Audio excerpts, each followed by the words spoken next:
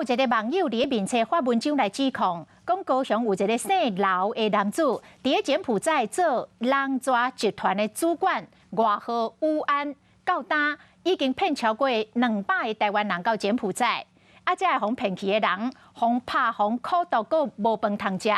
警方来调查了后，证实讲，这个姓刘的男子，伫今年的5月已经来出境。警方即卖是进一步咧追查真相。那这个姓刘的男子的厝边讲，真久无看到伊咯，对伊的印象就是人真低调，家庭较复杂。台湾人要去柬埔寨趁钱，所以伫传出互关起来、互苦毒的案件。高雄一位姓刘的查甫人，互民众伫面册发文章指控，伊才是真正的人蛇。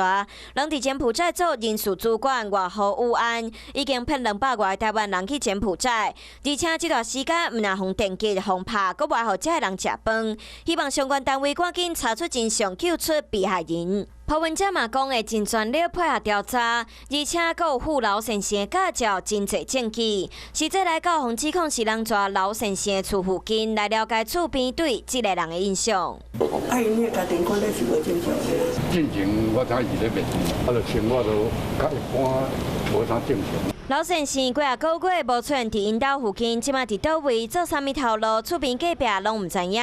讲到过去，伊和人交际情形。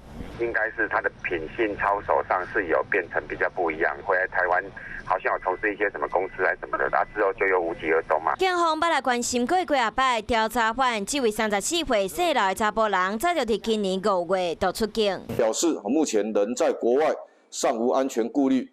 并表示很久没有回家等。过来检警尽全力调查人蛇集团帮派组合，今麦阁传出敢有台湾人做人蛇骗家己的同胞出国的事件。消息一传出来，警方拢唔敢大意，积极侦办，要赶紧调查真相，来打击跨境人口贩运犯罪。